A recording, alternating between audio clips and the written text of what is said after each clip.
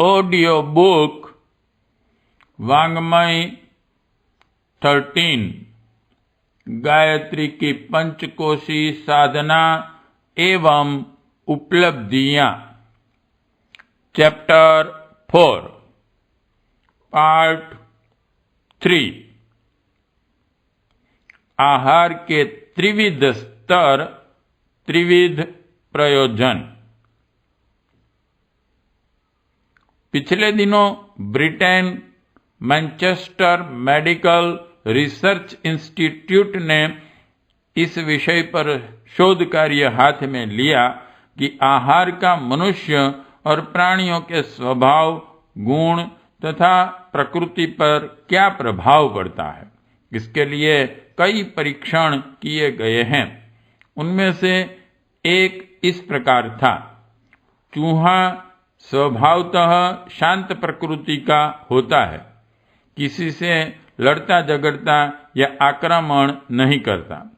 प्रयोगशाला में पाले गए चूहों में से एक को निकाला गया और उसे सामान्य आहार न देकर मिर्च मसाले तथा मांस और नशीली चीजों से बना आहार दिया गया।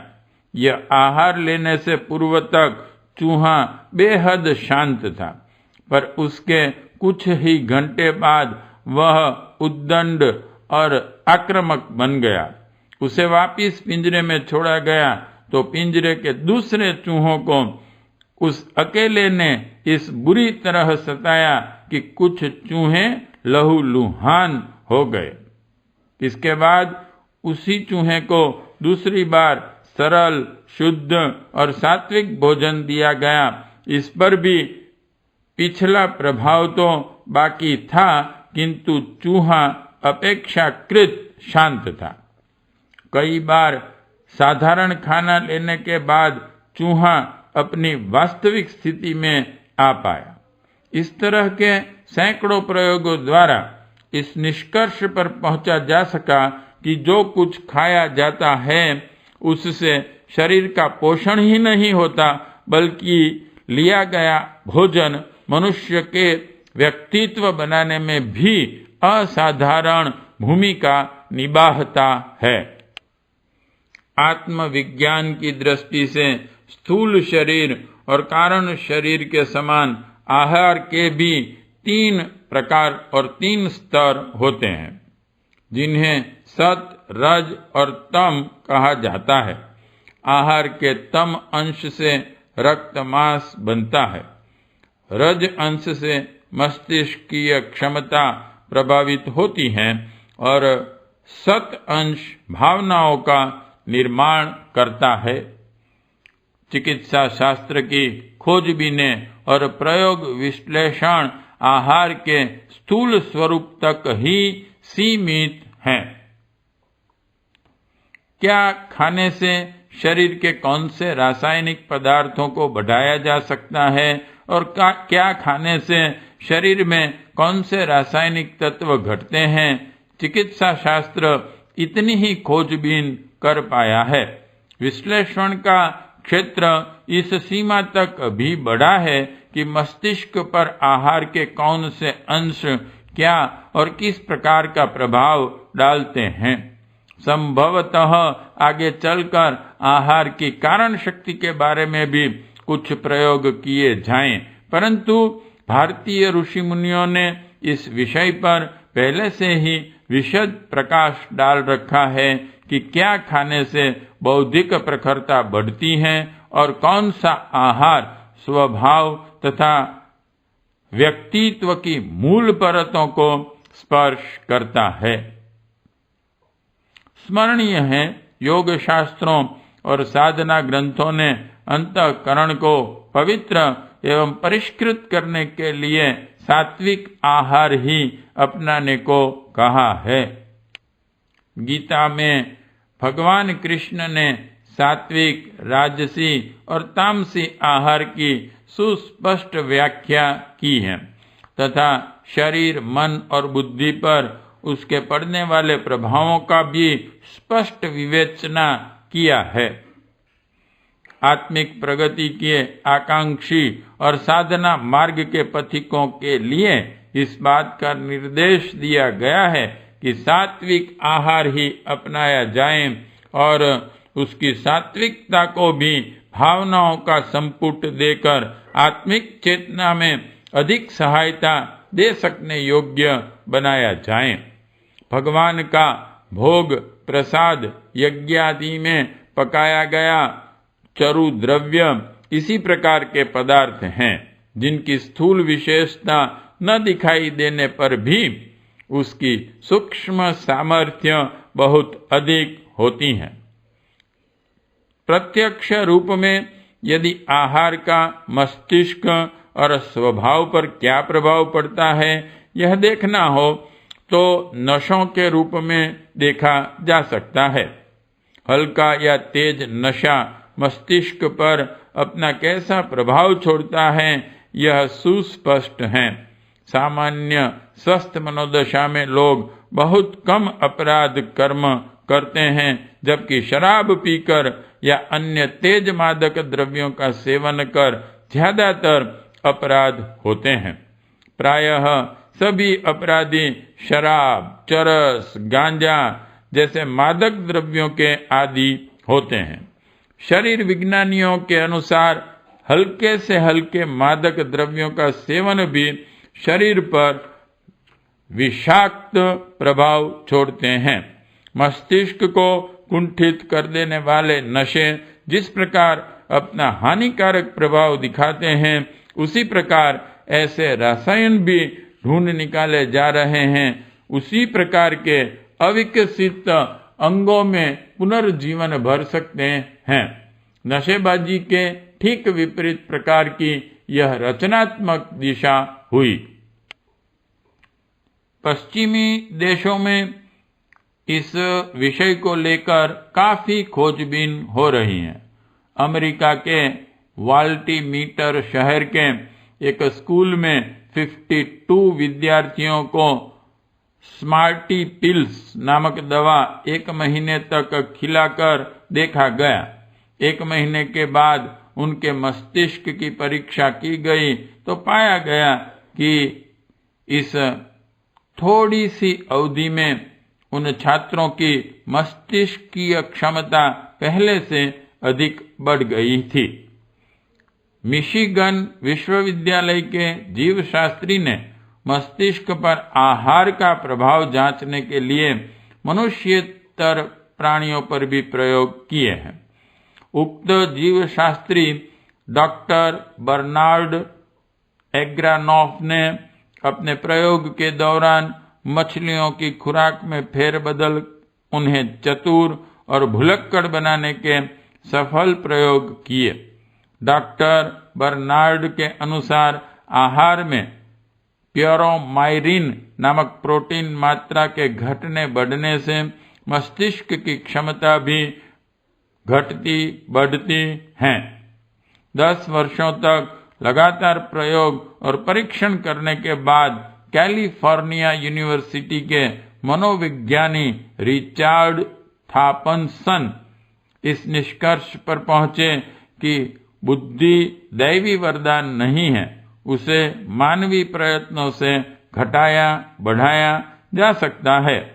इस प्रयोग श्रृंखला में उन्होंने कुत्तों, बिल्लियों, चूहों और बंदरों को भी शामिल किया और प्रतिपादित किया कि अन्य शारीरिक परिवर्तनों के समान ही आहार द्वारा मस्तिष्कीय क्षमता में भी हर स्तर का परिवर्तन कर सकना संभव है। मिशिगन विश्वविद्यालय के ही प्रोफेसर जेम्स मैकानेल ने तो अपने प्रयोगों द्वारा यह भी सिद्ध कर दिया कि आहार में हेर फेर करके स्मरण शक्ति और संवेदनशीलता को भी कम ज्यादा घटाया बढ़ाया जा सकता है। इतना ही नहीं, 2 व्यक्तियों में स्मृति और अनुभवों का परिवर्तन भी किया जा सकता है। ठीक उसी प्रकार जैसे कि एक व्यक्ति का रक्त दूसरे व्यक्ति के शरीर में प्रवेश कराया जा सकता है। और टूटे फूटे अवयवों को बदलकर उनके स्थान पर नए अंग का प्रत्यारोपण किया जा सकता है। कहा जा चुका है कि चिकित्सा विज्ञान का ढांचा शरीर पर पड़ने वाले खाद्य पदार्थों के प्रभाव की जानकारी के आधार पर भले ही वह औषधियों के रूप में क्यों नहीं खड़ा किया गया है। वर्तमान में जारी प्रयोगों के आधार पर यह निश्चित रूप से कहा जा सकता है कि अगले दिनों बुद्धि की मंदता, अकुशलता और मानसिक विकृतियों का उपशमन भी खाद्य पदार्थों की सूक्ष्म शक्ति के आधार पर सफलतापूर्वक किया जाने लगेगा। संभव है अगले दिनों इस प्रकार की औषधियां बाजार में आने लगें जिनका सेवन कर मनुष्य अपनी स्मरण शक्ति, बुद्धि कौशल, सूझबूझ को बढ़ा सकें। मस्तिष्कीय क्षेत्र में यह सफलता आहार की सूक्ष्म शक्ति के आधार पर ही संभव हो सकेगी। इस प्रयोजन के लिए पदार्थों की सूक्ष्म शक्ति के विषय में अनेक प्रयोग और अन्वेषण कार्य चल रहे हैं। यह सूक्ष्म शक्ति शरीर का पोषण करने वाली स्थूल शक्ति से भिन्न स्तर की है। इस आधार पर यह भी कहा जा सकता है कि जो खाद्य पदार्थ शरीर के लिए उपयोगी हों वे मस्तिष्क के लिए भी उपयोगी हों, यह न तो आवश्यक है और न अनिवार्य ही। आहार की स्थूल और सूक्ष्म शक्ति जो शरीर और मस्तिष्क को प्रभावित करती है, कारण शक्ति उससे भिन्न स्तर की है। कहना न होगा कि भावना क्षेत्र शरीर और मस्तिष्क से भिन्न और बढ़कर है। इसी के आधार पर गुण, कर्म, स्वभाव को दिशा मिलती है और उससे समूचे व्यक्तित्व का निर्माण होता है। जो व्यक्ति शरीर से बलवान है और आवश्यक नहीं कि वह मस्तिष्क से भी बुद्धिमान हो, उसी प्रकार बुद्धिमान व्यक्ति भावना स्तर पर उच्च स्थिति संपन्न हो, यह आवश्यक नहीं है। शरीर से बलवान और मस्तिष्क से बुद्धिमान होने पर भी कोई व्यक्ति भावना स्तर पर गया गुजरा हो सकता है और निकृष्ट कोटि का दुष्ट जीवन जी रहा हो सकता है। ऐसे व्यक्ति अपने दोष दुर्गुणों के कारण पग पग पर ठोकरें खाते हैं और प्रतिभा संपन्न होते हुए भी असफल जीवन जीकर रोते कलपते रहते हैं। इसके विपरीत अपेक्षाकृत सामान्य, स्वस्थ और साधारण बुद्धि के लोग परिष्कृत भावना स्तर के कारण महामानवों की स्थिति में जा पहुंचते हैं और वंदनीय स्थान प्राप्त कर लेते हैं। यह विज्ञान आज भी अपने स्थान पर सही है और निश्चित परिणाम प्रस्तुत करने में समर्थ है।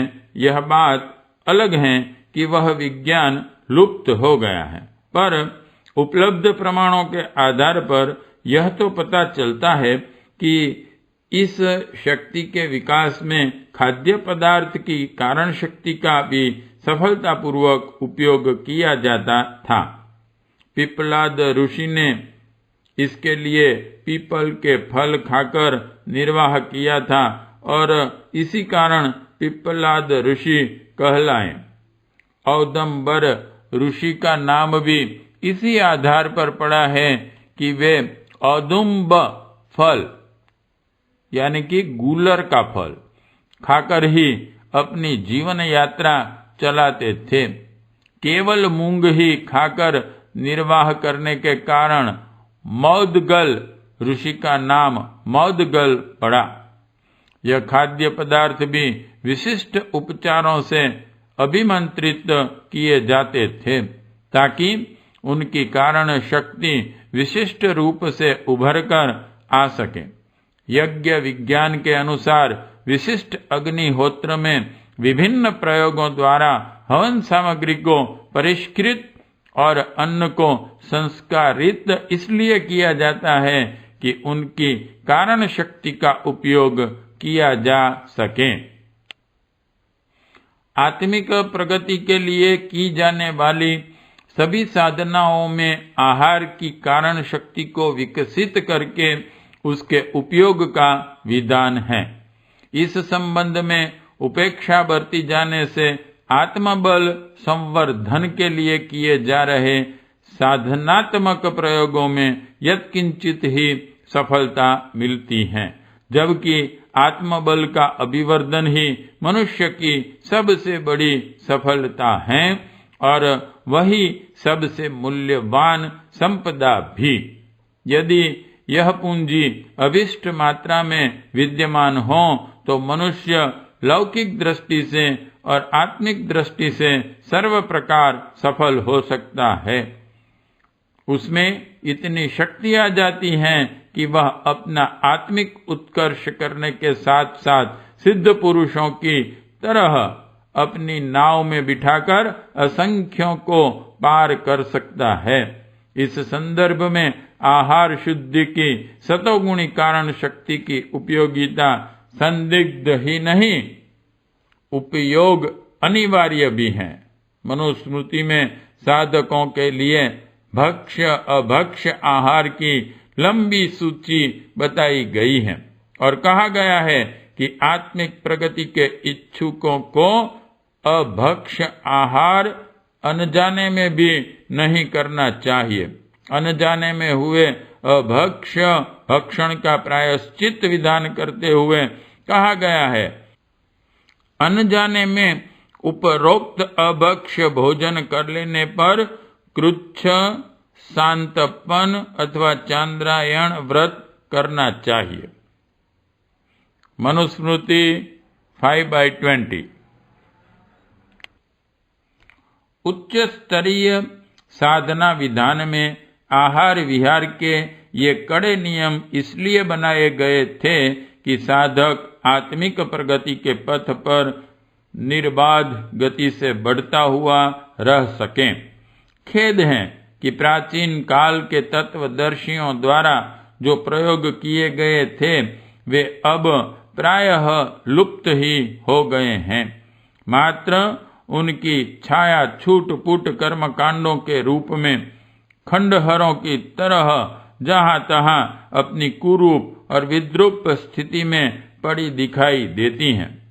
भवन का प्रयोजन खंडहरों से पूरा नहीं हो सकता और न ही योग साधना का उद्देश्य प्रचलित एकांगी कर्मकांडों से पूरा हो सकता है।